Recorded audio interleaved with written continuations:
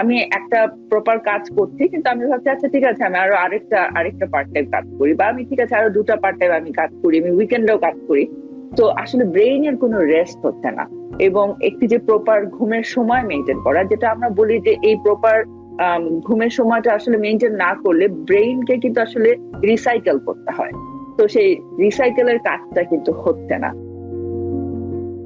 অনেক সময় আমরা বেডে ফোন নিয়ে যাই এবং ফোন দেখতে দেখতে ঘুমিয়ে পড়ি। ফোনের যে লাইটটা, এই লাইটটা আমাদের ব্রেনটাকে চাঙা করে রাখার জন্য, যাতে আমরা শার্প থাকি, ওই লাইটটা আমাদের শার্প করে রাখে। কিন্তু এটা ঘুমের আগে যদি আমরা দেখি বা ঘুম থেকে উঠেই যদি দেখি, তখন আমাদের ব্রেনটা প্রপার রেস্ট পায় না।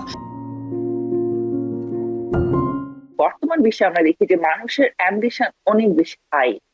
এত বেশি অ্যাম্বিশন হাই, মানুষ অনেক বেশি মাল্টিটাস্কিং করছেন, এবং এত বেশি স্ট্রেস সবাই নিচ্ছে, যেটা আসলে আপনি কমনলি অবজার্ভ করলে দেখবেন যে হয়তোবা এতটা না নিলেও হয়, হয়তোবা এতটা না হলেও হয়।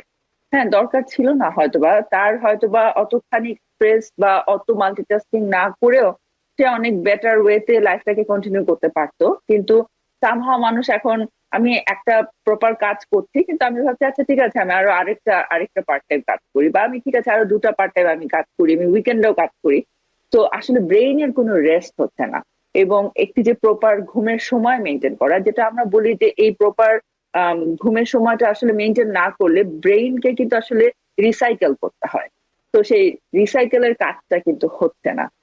তো আপনি খুবই একটি স্কেয়ারি কথা কিন্তু বলেছেন যে ডিমেনশিয়ার কেস গুলো এত বেড়ে যাচ্ছে, যে এখানকার নার্সিং হোম গুলো নিজেদেরকে প্রিপেয়ার করছে, লাইক যে ভেরি সুন আমাদেরকে হয়তোবা এটা একটা অ্যালোকেশন করতে হবে। তো এটার সাথে রিলেটেডই আপনার কাছে একটু জানতে চাইবো ডক্টর মৃধা, আপনি যদি আবারও স্লিপ হাইজিন এবং আমাদের প্রপার ঘুমাবার কতটুকু টাইম মেনটেন করা উচিত, এবং আহ, আমরা তো বললামই যেটা কিভাবে রিলেটেড মেমোরির সাথে, আপনি যদি এটা একটু আমাদের সাথে শেয়ার করেন যে স্লিপ হাইজিনের ব্যাপারে। খুব ভালো প্রশ্ন। আসলে আমাদের ঘুমটা আমাদের খুবই বেশি প্রয়োজন। 7 থেকে 8 ঘন্টা ঘুম আমাদের দরকার, কিন্তু আমাদের ঘুমটা এখন কমে যাচ্ছে। অনেকে বলছে যে তার ঘুমানোর দরকার নেই, 4 ঘন্টা 5 ঘন্টা ঘুমলেই চলবে। কিন্তু তা ঠিক চলবে না, কারণ ব্রেইনের জন্য 6 থেকে 8 ঘন্টা ঘুম দরকারি। কারণ ব্রেইনটাকে রিবুট করতে হয়। ব্রেইনের যে আমরা যে প্রোটিন গুলো আমাদের ডিমেনশিয়া করে, সেই অ্যামিলয়েড প্রোটিন আমরা বলি, এই প্রোটিন গুলো বেড়ে যায় যখন মানুষ কম ঘুমায়। কিন্তু যখন মানুষ বেশি ঘুমায়, এই প্রোটিন গুলোকে আমরা ডাইজেস্ট করতে পারি বা রিসাইকেল করে ফেলতে পারি ব্রেইনের ভিতরেই। তখন দেখা যায় তাদের ডিমেনশিয়া হয় না। আমাদের একটা রিদম আছে, সার্কেডিয়ান রিদম।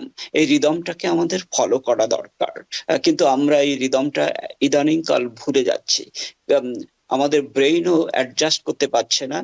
তারা ভুলেই যাচ্ছে যে সার্কাডিয়ান রিদম বলে একটা রিদম রয়েছে, এটাকে আমরা ভুলে যাচ্ছি।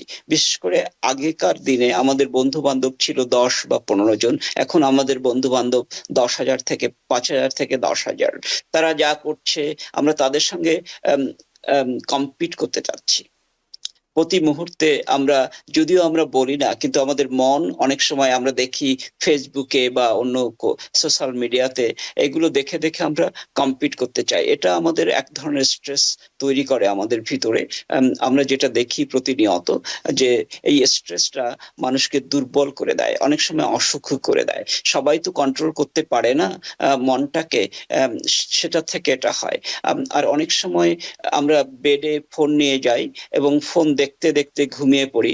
ফোনের যে লাইটটা, এই লাইটটা আমাদের ব্রেনটাকে চাঙা করে রাখার জন্য, যাতে আমরা শার্প থাকি, ওই লাইটটা আমাদের শার্প করে রাখে। কিন্তু এটা ঘুমের আগে যদি আমরা দেখি বা ঘুম থেকে উঠেই যদি দেখি, তখন আমাদের ব্রেনটা প্রপার রেস্ট পায় না। তাই ঘুমে ঘুমাতে যাওয়ার ঠিক 1 বা 1.5 ঘন্টা আগে আমাদের আহ, ফোনটার দিকে তাকানো ঠিক হবে না। আম, 1 ঘন্টা বা 2 ঘন্টা আগেই যদি আমরা বিরতি নিতে পারি। কিন্তু ইদানিং আমরা দেখছি প্রায় সব মানুষই, বিশেষ করে ইয়াং জেনারেশন যারা রয়েছে, তারা ফোন নিয়ে বেড়ে যায়, ফোন দেখতে দেখতে ঘুমিয়ে পড়ে। এর থেকে আমরা এখন আমাদের অনেক পেশেন্ট রয়েছে যারা 35 বা 36 বছর বয়স বা বা 50 বছর বয়স, তাদের ফরগেটফুলনেস হচ্ছে এবং তারা আমাদের কাছে আসছে। ঘুমটা খুবই দরকার। আমাদের ঘুমের কয়েকটা অংশ রয়েছে, আমরা বলি লাইট স্লিপ বলি, আর একটা রেম স্লিপটা আমাদের খুবই দরকার, কিন্তু বেশিরভাগ পেশেন্টের এখন আর রেম স্লিপ হচ্ছে না, কারণ তারা রীতিমতো ঘুমোতে যাচ্ছে না বলে আর ব্রেইনটা রেস্ট পাচ্ছে না। অন্যদিকে একটা প্রবলেম এদেশে আমরা দেখি, সেটা হলো ওবেসিটি হলে পেশেন্টদের আরেকটা সমস্যা হয়, সেটা হলো স্লিপ অ্যাপনিয়া যাদের থাকে তাদের ব্রেনটা আরো বেশি কম রেস্ট নেয়। এই জন্য স্লিপটা খুবই দরকার। তাই আমি সবাইকে রিকমেন্ড করব, আপনারা নিয়মিত ঘুমোতে যান, 7 থেকে 8 ঘন্টা ঘুমোতে চেষ্টা করুন। যদিও এটা কঠিন ব্যাপার, বিশেষ করে যারা অন্য দেশে কাজ করেন বা রাতে কাজ করেন তাদের জন্য এটা আরো বেশি ক্ষতিকর, কারণ দিনে ঘুমোলেও দিনের ঘুমটা আরো বেশি লম্বা হওয়া দরকার। যার রাতে যদি আপনার 7 ঘন্টা ঘুম দরকার, যে রাতে কাজ করেন তার দিনে 8 থেকে 9 ঘন্টা, মানে 1 ঘন্টা থেকে 1.5 ঘন্টা বেশি ঘুমানো দরকার, কিন্তু সে সময়টা আমরা পাই না। সেই যারা কাজ করেন রাতে তারা দিনে এতটা সময় পায় না, বিশেষ করে যাদের ফ্যামিলি রয়েছে তাদের জন্য আরো বেশি অসুবিধা। তাই ঘুম যদি আমরা রীতিমতো ঘুমাতে পারি, অন্তত একটা দিক আমরা ঠিক করতে পারি, যাতে আমাদের ফরগেটফুলনেসটা একটু কম হতে পারে। ধন্যবাদ। অসংখ্য ধন্যবাদ ডক্টর মৃধা, আপনি খুব চমৎকার করে বললেন। আমি জানতে চাইবো যে আসলে পেশেন্ট কি ধরনের সিমটম এক্সপেরিয়েন্স করলে বা কি ধরনের সিচুয়েশন ফেস করলে আপনি পেশেন্টকে সাজেস্ট করবেন যে পেশেন্ট যেন ডাক্তারের কাছে যায়? খুব ভালো প্রশ্ন।